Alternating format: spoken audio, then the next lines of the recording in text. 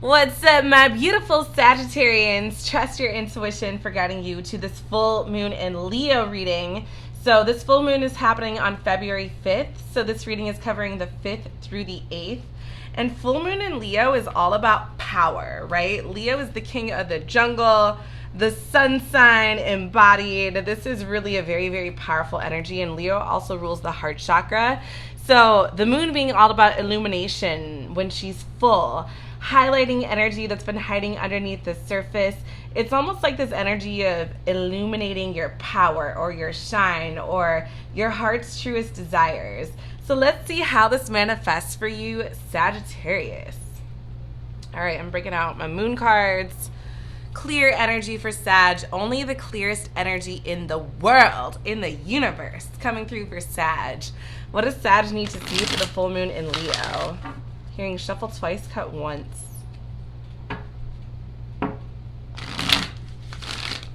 What do you want Sag to see? What's the clear energy for Sagittarius for the full moon in Leo?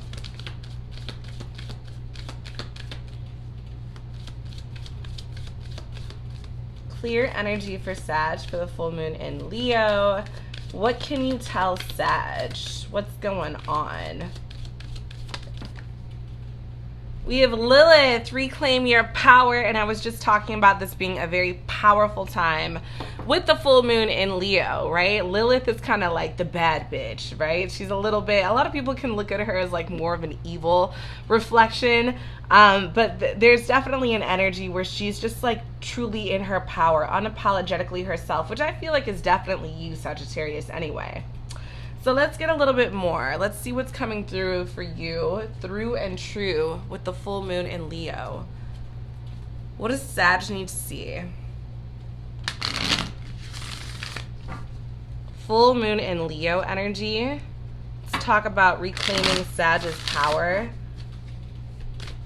I'm hearing trusting in yourself is a part of that process too. What's the clear energy for Sag? Tell me more about this energy for the full moon in Leo. So we have 13 coming out. 1 plus 3 breaks down to a 4. Structure, stability, medical staff, healing. You're healing something. Interesting. Interesting that there's blood on this card and then there's this energy of healing right there. I think that it's almost like you're healing parts of yourself. Maybe that's how you're reclaiming your powers, through healing. All right, then we have Rainbow Hope. Ooh, this is definitely telling a story. 6, this is the number of love, the number of life. Yeah, I definitely feel like maybe you're gonna notice, I don't know, there could be a message for you through the numbers or the letters. I'm just gonna let you take a look. But I definitely feel like there's this energy where you're keeping hope alive. It's almost like you're saving your own life, keeping hope alive with something. It's like you're healing something that was bleeding, and then there's hope coming through. So that's definitely telling a story. Like you're putting a Band-Aid on a boo-boo. All right, let's see what's coming through for Sagittarius. Yeah, I feel like that was a confirmation. I just saw 333.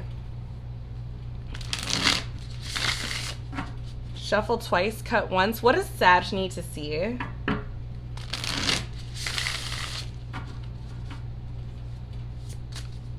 What does Sag need to see? Ooh, we have a new moon coming out. Interesting that this is coming out on a full moon. So the new moon is all about clarity, all about potential, a clean slate. And this is one of the extra cards in this deck. And then we have the 8 of Moons, which is like the 8 of Cups. That's Pisces energy. So this is all about moving on, changing direction.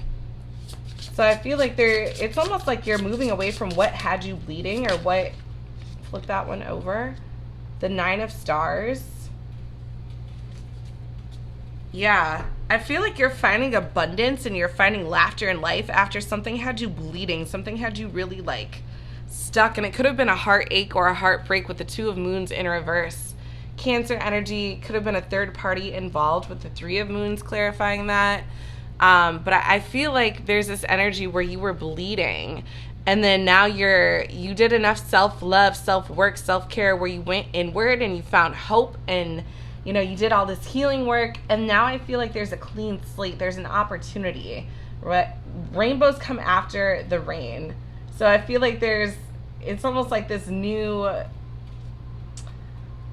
like the sun in Leo is providing like part of this new hope for you. Or I should say the moon in Leo, not the sun in Leo. Thinking about sun sign Leo. Yeah, I feel like there's like a lot of hope and abundance coming after something really painful that you went through, Sag. Let's get a little bit more for Sag before we go into the charms and the Astrodice. What more does Sag need to see about this new healing journey? This is like a beautiful healing journey. I really like this. You're finding abundance. Some of you might be coming up on some money too. What does Sag need to see for the full moon in Leo?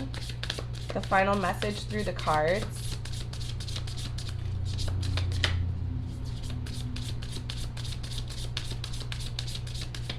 Final message through the cards for Sagittarius.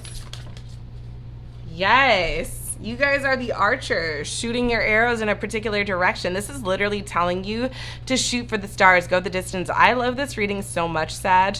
This is like going from like 0 to 100. Like this is like going from the depths of the depths, from the lowest of the lows to the highest of the highs. And this is all about the direction. It's like shifting direction into your highest possible path and therefore outcome.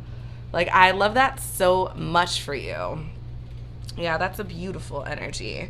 All right, let's see what's coming through the charms. What do you want Sag to see through the charms? What's the energy?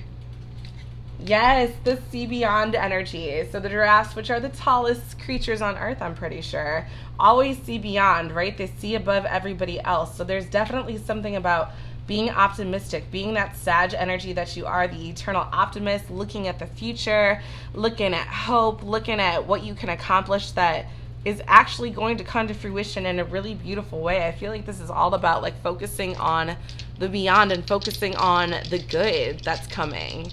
Give me more for Sag. Full moon in Leo. So we have Mars, of course, the arrow, all about moving forward. Mars is very masculine, aggressive, but a go-getter, ambitious. And then Scorpio, this is death and rebirth. Yeah, this is literally like picking yourself up after something very painful and then resurrecting yourself. 11th house is all about coming together, unity, friendship. So I feel like it's almost like you're finding harmony, you're finding peace, you're finding wellness and friendship and unity after something very, very tragic. This is definitely like a triumph after a tragedy. So I love this so much, Sag. Yeah, I hope this resonated. If it did, head on over to themoonempress.com. Otherwise, yeah, check out my Etsy at the THA moonempress.etsy.com. And I don't know why they keep telling me this tragedy is Saggity. Like they keep saying that from like tragedy to Saggity. So I love that, Sag. I will talk to you later.